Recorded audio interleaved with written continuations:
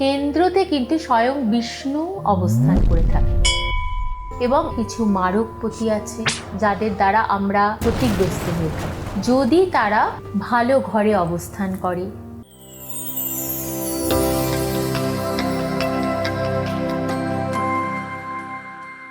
So আজকে আমরা যে বিষয়টা নিয়ে আলোচনা করব সেটা হচ্ছে কেন্দ্রাধিপতি এবং কোণাধিপতি, এই দুটো কথা তুমি আমাকে বলেছো।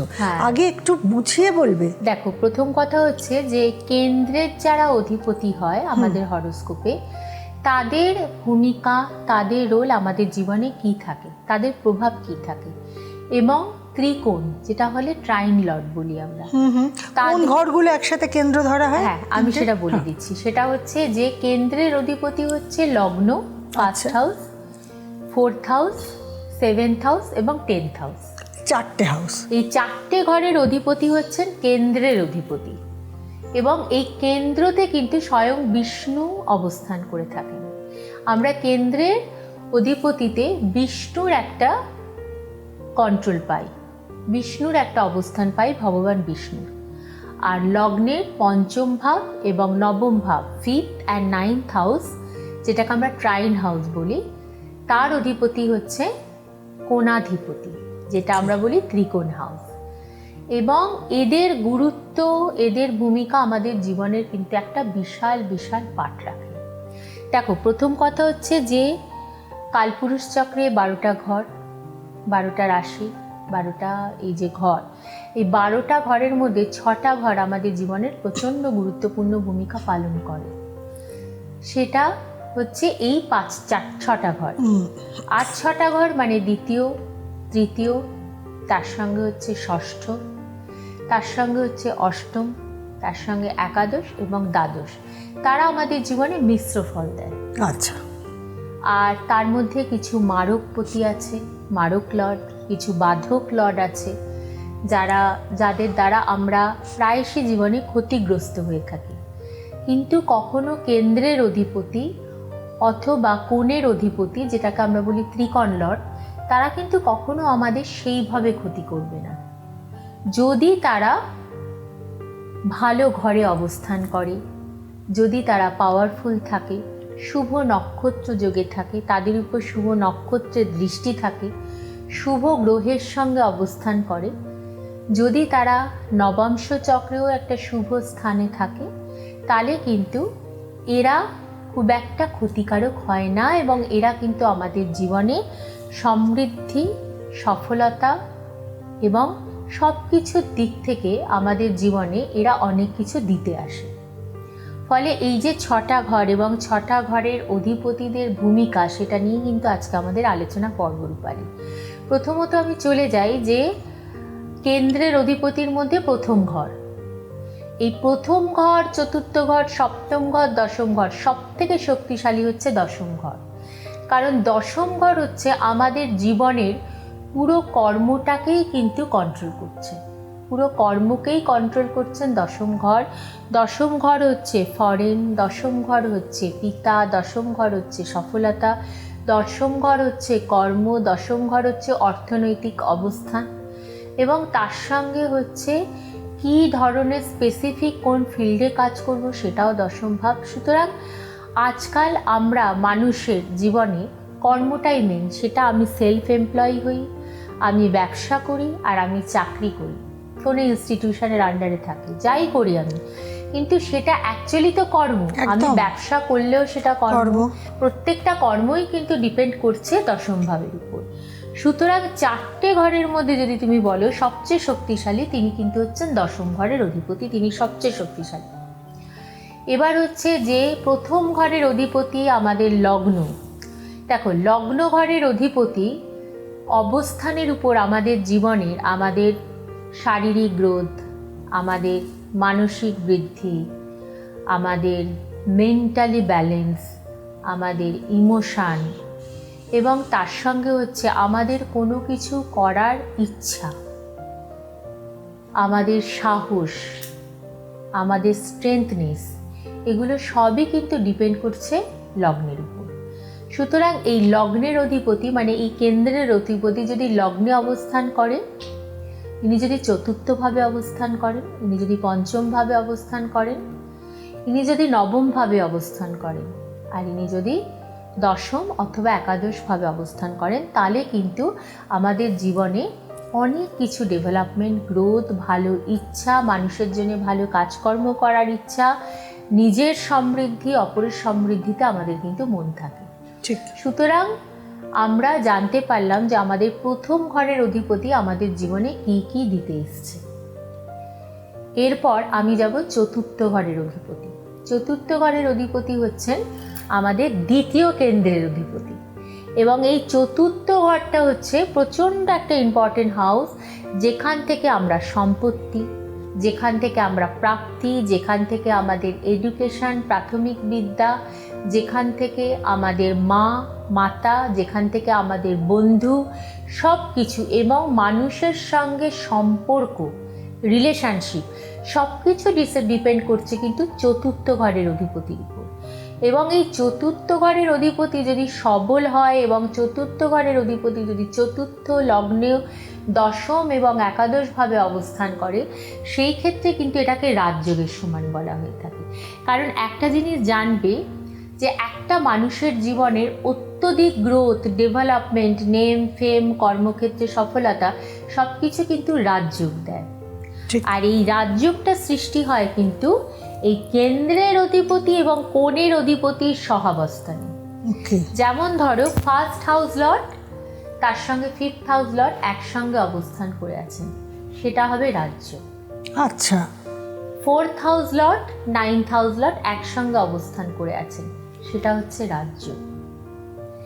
এবং প্রথম ঘরের অধিপতি চতুর্থ ঘরের অধিপতি প্রথম ঘরে, ক্ষেত্র বিনিময় যোগ। এবং একটা কেন্দ্রের অধিপতি আরেকটা কেন্দ্রে, আরেকটা কেন্দ্রের অধিপতি আরেকটা কেন্দ্রে, দুজনে ক্ষেত্র বিনিময় করলো, এবং দুজনের কিন্তু যদি তারা শত্রু গ্রহ হয়, ধরো কারণ প্রথম ঘরের অধিপতি হচ্ছেন রবি দেখা গেল, আর তার চতুর্থ ঘরের অধিপতিও হচ্ছেন মঙ্গল, সপ্তম ঘরের অধিপতি হচ্ছেন শনি, তাহলে প্রথম ঘরের অধিপতি রবি সপ্তম ঘরে আছে, কেন্দ্রে অবস্থান করে আছে, এবং রবি শনির ঘরে তুষ্ট নয় এবং শনি রবির ঘরে তুষ্ট নয়, কিন্তু পরস্পরকে দেখছে, এবং যেহেতু তুমি আমার ঘরে আছো, তোমার ঘরে আমি আছি, সুতরাং আমরা নিজেদের মধ্যে একটা কিন্তু সমঝোতা তৈরি করে নিলাম। হ্যাঁ, সুতরাং যেহেতু কেন্দ্রের অধিপতি, তাই জন্যই কিন্তু এটা সম্ভব হচ্ছে। সুতরাং চতুর্থ ঘরের অধিপতিকে ভালো থাকা খুব দরকার, কারণ আজকালকার দিনে যা জীবনযাত্রা, সেখানে আমাদের প্রাথমিক বিদ্যাটা যদি সম্পূর্ণভাবে সম্পূর্ণ না হয়, সুস্থভাবে যদি সম্পূর্ণ না হয়, তাহলে কিন্তু জীবনে আমরা অনেক ভাগ পিছিয়ে গেলাম, অনেক স্টেপ আমরা কিন্তু পিছিয়ে যাচ্ছি। সুতরাং চতুর্থ ঘরের অধিপতির উপর অনেকটা ডিপেন্ড করছে। এরপর হচ্ছে যে আমরা প্রত্যেকে চাই যে একটা শেল্টারের আন্ডারে থাকবো। ঠিক। যদি সারা জীবন ভাড়া বাড়িতে রয়ে গেলাম, সেটা কিন্তু আমার মনটাকে তুষ্ট করলো না। ঠিক। তারপরে যেটা মেন দরকার হচ্ছে, সেটা হচ্ছে প্রপার্টি এবং সম্পত্তি। নাওএডেজে কিন্তু সম্পত্তিটা দরকার, কারণ আমার পিছনে যদি একটা সম্পত্তির একটা যদি ভালো স্ট্রেংথ থাকে, তাহলে আমি অনেক কাজ কিন্তু সাহস নিয়ে করে যেতে পারবো। কারণ আমরা জানি যে আমি আমার কর্মজীবনে পা পিছলে পড়লেও আমার কিন্তু কিছু সম্পত্তি আছে, যেগুলো আমার ব্যাক টাইমে আমাকে সাপোর্ট দেবে। সুতরাং সম্পত্তিটাও কিন্তু সমানভাবে দরকার। সুতরাং দেখা যাচ্ছে যে চতুর্থ ঘরের অধিপতি, কেন্দ্রের অধিপতি, সে আমাদের জীবনে কতটা গুরুত্বপূর্ণ। এবার আমি আসবো সপ্তম ভাব। সপ্তম ঘরের অধিপতি, যদিও একে মারক বলা হয়। সপ্তম ঘরের অধিপতি মারক, কারণ সপ্তম এবং দ্বিতীয় ভাব যখন চলে কারোর জন্মছকে, তখন কিন্তু মানুষের মৃত্যু হওয়ার চান্স থাকে, এবং সেই সময় কিন্তু খুব জটিল থেকে জটিলতম ফাড়া আসে। যতটা না দ্বিতীয় ভাব মারক, তার থেকে ততটাই বেশি মারক অধিপতি কিন্তু সপ্তম ভাব। কিন্তু সপ্তম ভাব হচ্ছে কি দিচ্ছে? আমাদের ব্যবসা দিচ্ছে, আমাদের অর্থ দিচ্ছে, এবং আমাদের স্পাউস, জীবন সঙ্গী অথবা সঙ্গিনী দিচ্ছে। সুতরাং সপ্তম ভাব কিন্তু আমাদের বাকি জীবনটা চলার সঙ্গীকে নির্বাচন করতে সাহায্য করায়। সুতরাং সপ্তম ভাবের অধিপতি যদি সপ্তমভাবেই অবস্থান করে থাকে, অথবা পঞ্চমভাবে অবস্থান করে আছে, অথবা লগ্নভাবে অবস্থান করে আছে, অথবা একাদশভাবে অবস্থান করে আছে, সে কিন্তু আমাদের জন্য অত্যধিক ভালো ফল দেয়। কিন্তু দশমভাবে অবস্থান করে আছে সেটা কিন্তু ভালো ফল দিচ্ছে না, কারণ দশম ভাব মাঝে মধ্যে কিন্তু বাদক ঘরের কাজ করে। এবং দশম ভাব থাকা মানে একাদশের দ্বাদশ, একাদশের দ্বাদশ ভাব যেহেতু দশম ভাব, সুতরাং সর্বক্ষেত্রে একটা বাধা ক্রিয়েট কিন্তু করবেই। সুতরাং সেইখানে থাকলে কিন্তু বিবাহিত জীবনে হয়তো বিচ্ছেদ হলো না, কিন্তু দুজনের মধ্যে একটা ভুল বোঝাবুঝি, মিস অ্যাডজাস্টমেন্ট, এই ধরনের প্রবলেম কিন্তু একটা থাকবেই। এবার আমি আসবো দশম ভাব। দশম ভাব হচ্ছে, যেটা আমি প্রথমেই বলেছি, যে দশম ভাব হচ্ছে আমাদের চতুর্থ কেন্দ্রের অধিপতি, মানে ফোর্থ।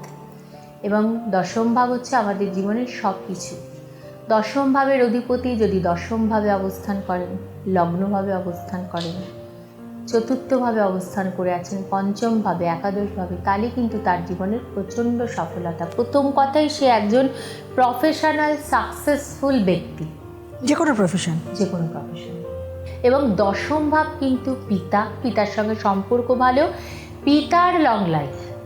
আচ্ছা, সুতরাং আমরা কিন্তু দশম ভাবের অধিপতির অবস্থান, তার বলাবল, তার নক্ষত্রযোগ, তার ডিগ্রি, তার অন্য গ্রহের দৃষ্টি, অন্য ঘরের অবস্থান, নবাংশ চক্রে তার অবস্থান, সব কিছুর উপর ডিপেন্ড করে আমরা কিন্তু বিচার করি দশম ভাবে আমার কেমন যাবে। এবং দশম ভাব কিন্তু ফরেন ট্রাভেল করায়। দশম ভাবে যাদের খুব স্ট্রং হয় তারা কিন্তু স্পিরিচুয়াল সাধনা করে, তারা কিন্তু একজন ভালো ধর্মযাজক হতে পারেন, একজন ভালো প্রিস্ট হতে পারেন, তারা একজন ভালো পণ্ডিত হতে পারেন, এবং এরা আমি দেখেছি সমাজের জন্য অনেক ভালো কাজ করে যায়। সুতরাং দশম ভাব যেহেতু বিষ্ণু স্থান, দশম ভাবে যদি বৃহস্পতি অবস্থান করে, দশম ভাবে যদি চন্দ্র বৃহস্পতি সহযোগে থাকে, সেটাকে বলা হয় জীব যোগ। দশম ভাবে যদি বৃহস্পতি থাকে, রবি থাকবে, গুরু আদিত্য যোগ। দশম ভাবে যদি বুধ এবং রবি থাকে, বুধাদিত্য যোগ। মঙ্গল এবং রবি, মঙ্গলাদিত্য যোগ। বৃহস্পতি এবং তার সঙ্গে হচ্ছে মঙ্গল, তখন গুরু মঙ্গলা যোগ। শুভ গ্রহগুলো একসঙ্গে অবস্থান করে আছে। দশম ভাবে রবি, তার প্রচণ্ড নেম, ফেম, যশ প্রচণ্ডভাবে। আচ্ছা, বৃহস্পতি আর মঙ্গল একসাথে থাকলে সেটা শুভযোগ? দেখো, বৃহস্পতির সঙ্গে মঙ্গলের বন্ধুত্বপূর্ণ সম্পর্ক। আচ্ছা, মঙ্গল প্রচণ্ড অ্যারোগেন্ট, আর বৃহস্পতি হচ্ছে একটু শান্ত, প্রয়োজনে অ্যারোগেন্ট। আদারওয়াইজ কিন্তু ধীর স্থিরভাবে চলা, সূক্ষ্মভাবে বিবেচনা করা এবং সুন্দরভাবে জীবনটাকে নির্বাহ করার ক্ষমতা রাখেন বৃহস্পতি, এবং তার পক্ষপাতিত্ব করেন বৃহস্পতি। মঙ্গল হচ্ছে অ্যারোগেন্ট এবং সব কিছু জিনিস ছিনিয়ে নেব, সব কিছু জিনিস অ্যাগ্রেসিভ এবং অ্যাগ্রেসিভ। কিন্তু যেহেতু তাদের মধ্যে একটা বন্ধুত্বপূর্ণ সম্পর্ক, সুতরাং খুব একটা ক্ষতি করে না, তারা কিন্তু খুব ভালো লজিক্যালি সব কিছু চিন্তাভাবনা করে। কিন্তু ধরো দশম ভাবের অধিপতির সঙ্গে রাহু বসে গেল, কেতু বসে গেল, শনি বসে গেল, তখন, কারণ আমরা মঙ্গলকে অশুভ গ্রহ বলে থাকি, কিন্তু অশুভ গ্রহ হলেও মঙ্গল কিন্তু মাঙ্গলিক। মাঙ্গলিক বলতে আমাদের অনেক শুভ মাঙ্গলিক কাজেও কিন্তু মঙ্গলের অবস্থান ডিপেন্ড করে। সুতরাং বৃহস্পতি মঙ্গলের সহাবস্থান খুব একটা খারাপ কিন্তু রেজাল্ট অবশ্যই দেবে না, যদি তারা সঠিক পেশা নির্বাচন করে থাকে, তবে কিন্তু তারা বিখ্যাত একজন ব্যক্তি হতে পারে। আচ্ছা, আমি একটা জিনিস একটু এর মধ্যে জিজ্ঞাসা করিনি, এটা তুমি বললে না যে দশমভাবে যদি একজন মানুষ প্রচণ্ড সাকসেস পেতে পারে, এবং সেক্ষেত্রে দেখা যায় যে তারা পিতার আশীর্বাদ অনেক বেশি দিন অবধি পেতে পারে, ব্লেসিংস পায়।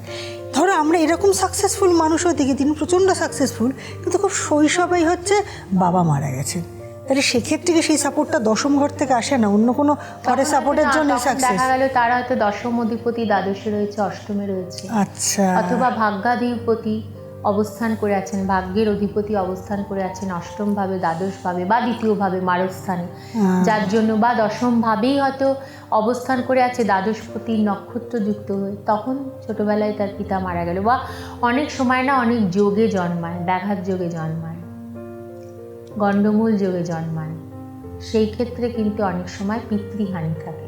মানে সাকসেস হলো কিন্তু বাবা ছোটবেলা সাকসেস হলো কারণ তার লগ্ন লর্ড স্ট্রং, তার ভাগ্য লর্ড স্ট্রং, তার একাদশ অধিপতি স্ট্রং।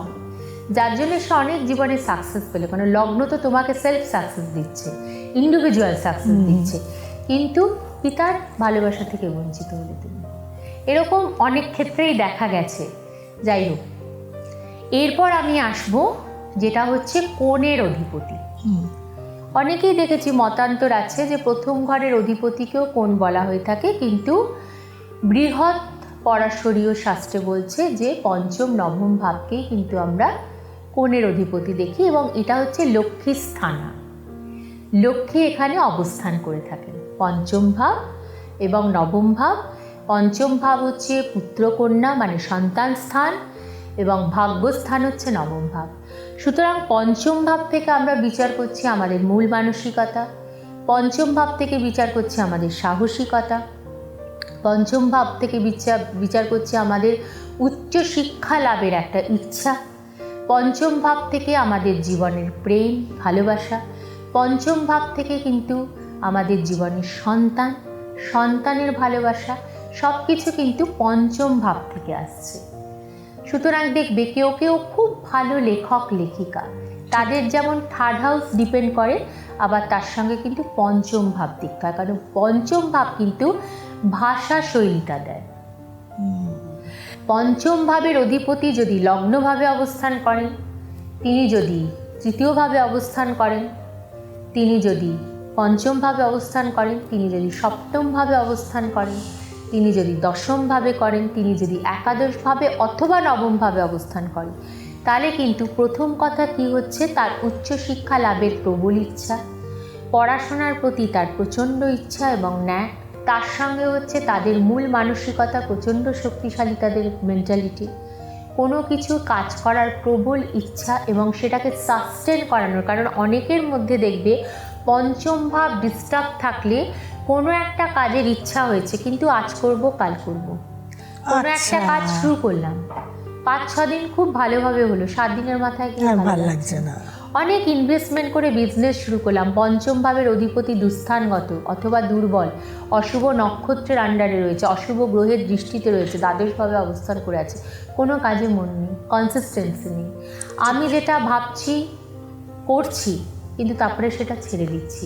সেটাকে মেনটেন করার জন্য যে মানসিক জোর লাগে, সেটাকে মেনটেন করার জন্য যে মানসিক ইচ্ছা, সেটা কিন্তু আমার নেই, কারণ আমার পঞ্চম ভাব অলরেডি ড্যামেজ, পঞ্চম ঘরের অধিপতি অলরেডি আমার দুস্থানগত, যে কারণের জন্য আমার যে মানসিক ইচ্ছা সেটা কিন্তু ঠিকঠাক হচ্ছে না।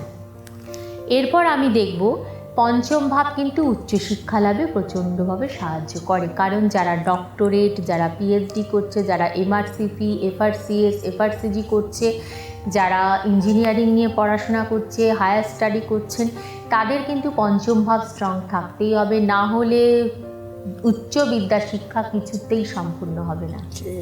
লাস্ট যেটা হয় পঞ্চম ভাব, সেটা হচ্ছে আমাদের সন্তান স্থান, কারণ বাবা মা শক্তিশালী নয়, শারীরিক দিক থেকে অসমর্থ, সেই সময়টা কিন্তু বাবা মাকে ভালো রাখতে পারলো না, তার মানে এখানে কিন্তু বাবা মার জন্মছক ডিস্টার্ব, সন্তান স্থান ড্যামেজ হলো বলে কিন্তু তারা কন্যা পুত্র সুখ থেকে তারা বঞ্চিত। এরপর আমি আসবো নবম ভাব, যেটা দ্বিতীয় ত্রিকোণের অধিপতি, তিনি হচ্ছেন ভাগ্যস্থান, যেটার উপর ডিপেন্ড করছে আমাদের সারা জীবনের ডেস্টিনি।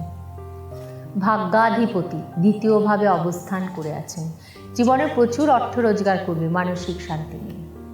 ভাগ্যের অধিপতি ষষ্ঠভাবে অবস্থান করে আছেন, জীবনের সর্বক্ষেত্রে অপমান, বাধা, যা কাজই করছে মানুষের থেকে সারা জীবন অপমানিতই হয়ে যাচ্ছে। ভাগ্যের অধিপতি সপ্তমভাবে অবস্থান করে আছে, বিবাহের পর পার্টনারের দ্বারা তার জীবনের উন্নতি। হ্যাঁ, একদম এরকম প্রচুর দেখা যায়। ভাগ্যের অধিপতি অষ্টমভাবে অবস্থান করে আছে, সারাটা জীবন স্ট্রাগল, বাবা মার প্রকৃত ভালোবাসার থেকে অনেকটা বঞ্চিত, এবং জীবনে নিজে স্ট্রাগল করে তারপর তার সাকসেস। জীবনের প্রত্যেকটা ক্ষেত্রে আজকে যেটা তার পাওয়ার কথা সেটা কিন্তু সে পাচ্ছে না। হ্যাঁ, যদি তার ভাগ্যের অধিপতি মঙ্গল হয়, তিনি অষ্টমে অবস্থান করে আছেন, তখন কিন্তু তার জীবনে বাধা আসবে, তারপরেও সে পাবে। কারণ আমরা সবসময় বলি অশুভ গ্রহ অবস্থানে কিন্তু অনেক ভালো রেজাল্ট, হ্যাঁ সে তো বলে নেগেটিভ, মানে মাইনাসে মাইনাসে প্লাস, মাইনাসে মাইনাসে প্লাস। তেমনি আবার যদি কারোর ভাগ্যাধিপতি শুক্র তিনি অষ্টমে, শুক্র অষ্টমে কিন্তু প্রচুর বৈভব দেয়। ভাগ্যের অধিপতি তিনি বসে আছেন অষ্টমে, ভাগ্যের অধিপতি হচ্ছেন স্বয়ং বুধ, তিনিও কিন্তু প্রচণ্ড বুদ্ধি, যশ, সম্পত্তি, ধন, ভালো স্বামী দেবে। ভাগ্যের অধিপতি বৃহস্পতি অষ্টমে, এরা খুব স্পিরিচুয়াল হবে, কিন্তু জীবনের প্রত্যেকটা ক্ষেত্রে ঠক্কর খেতে খেতে উঠবে, প্রত্যেকটা ক্ষেত্রে ধাক্কা। ভাগ্যাধিপতি ভাগ্যস্থানে অবস্থান করে আছেন, তার মানে এদের রাজযোগ, সিতারা বুলন্দ, একদম সিতারে কা বুলন্দ।